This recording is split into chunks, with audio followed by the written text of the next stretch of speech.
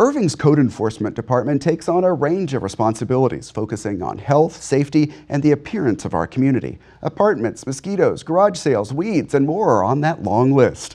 Code Enforcement Director Teresa Adrian is here to talk more about the department's duties and answer some of the most common questions. Thanks for being here. Thank you for having me, Thomas.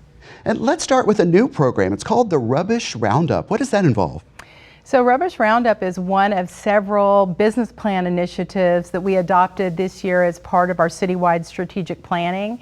And Rubbish Roundup is just near and dear to my heart. We wanted to do our part, and what we thought would be a good idea is to start with Irving Boulevard and talk to all of the business owners. And so we have Andrew Renfro, who is our mosquito control coordinator. He is the one that is assigned to leading the charge, and they are conducting outreach to every single business owner along Irving Boulevard from Loop 12 all the way to 183. And what we thought would be a good idea is just to appeal to their marketing senses and their business sense and talk about all of the benefits of keeping their properties clean and clear of debris, and the benefits of not allowing trash to enter onto a neighboring property, and how everyone can prosper if they work together in keeping their properties clean.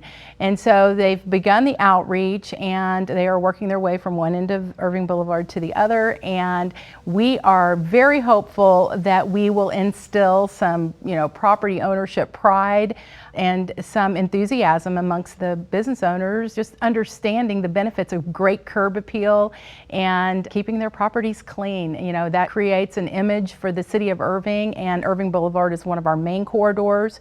And so we want people to see that Irving cares about, being beautiful and clean. And so this is our way of, just trying to contribute to a good result in regards to making us a litter-free community. Moving to another topic now, what does your team do to check the safety of apartment complexes? There's a lot involved in the safety of apartment complexes, because there are multiple families living in multi-units inside an apartment complex.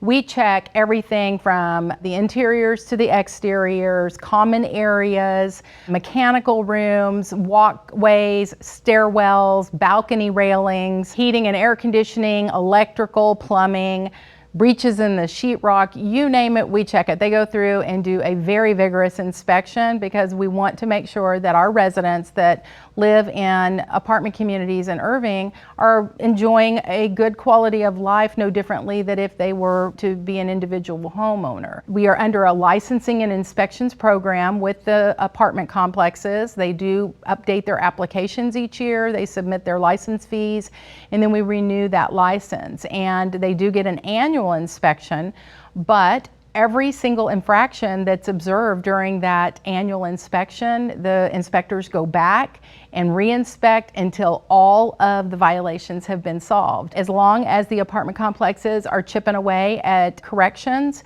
we're going to continue working with them. But when we have folks that are not necessarily cooperative and not meeting those deadlines and not making an effort to meet those deadlines, we will ramp up the enforcement levels, to perhaps a citation. And so, but our hope is to work, harmoniously with our business owners and lead them down the path of compliance, because everybody benefits when that happens. Another focus of questions for you involves auto-related businesses. What are the primary issues you see? Cars, lots of cars. We see a lot of folks conducting their business outside of an enclosed building. They're working on vehicles outside. They're storing parts and supplies and materials outside. We see wrecked vehicles in parking spaces that are designated for customer parking, and they're utilizing those spaces for storage. We see all kinds of illegal outside storage that's not properly screened. We are even running into issues where they don't have a proper certificate of occupancy. And so this particular business plan initiative is very much needed, and it will just continue to be a part of our overall code enforcement programming, because it definitely impacts the visual impression of the city, especially along the main corridors. But even more important than that is where you have auto-related business next to a residential property, and that impacts the quality of life for that homeowner. And so it's really an important initiative, and it's all hands on deck. All of the code officers are working auto repair businesses in their respective territories, and we're just going to continue chipping away at it and holding these business owners accountable to maintaining their properties and operating legally. Your team is always busy. Code Enforcement Director Teresa Adrian, thanks so much for making time for us. You're welcome. Thanks for having me.